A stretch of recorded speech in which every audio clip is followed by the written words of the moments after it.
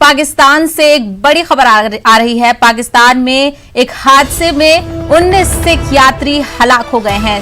सिख यात्री एक गाड़ी में सवार थे। सिख यात्रियों से भरी गाड़ी एक ट्रेन की जद में आ गई। आपको बता रहे हैं पाकिस्तान से ये बड़ी खबर है। एक ट्रेन की जद में आने से सिख यात्रियों से भरी गाड़ी में 19 सिख यात्री हलाक हुए हैं। हादसे में 8 अफराद के जख्मी होने की भी खबर है। डीपीओ शेखपुरा ने इस बात की जानकारी दी है। आपको बता दें पाकिस्तान से ये बड़ी खबर है। पाकिस्तान में एक हादसे में 19 सिख यात्री हलाक हो गए हैं। ट्रेन की जद में आने से यह हादसा पेश आया। सिख यात्री एक गाड़ी में सवार थे, जिसके बाद ट्रेन की जद में आने से यह हादसा पेश आया। हादसे में 8 अफराद जख्मी भी हुए हैं और इस बात की जानकारी डीपीओ शेखपुरा ने दी है।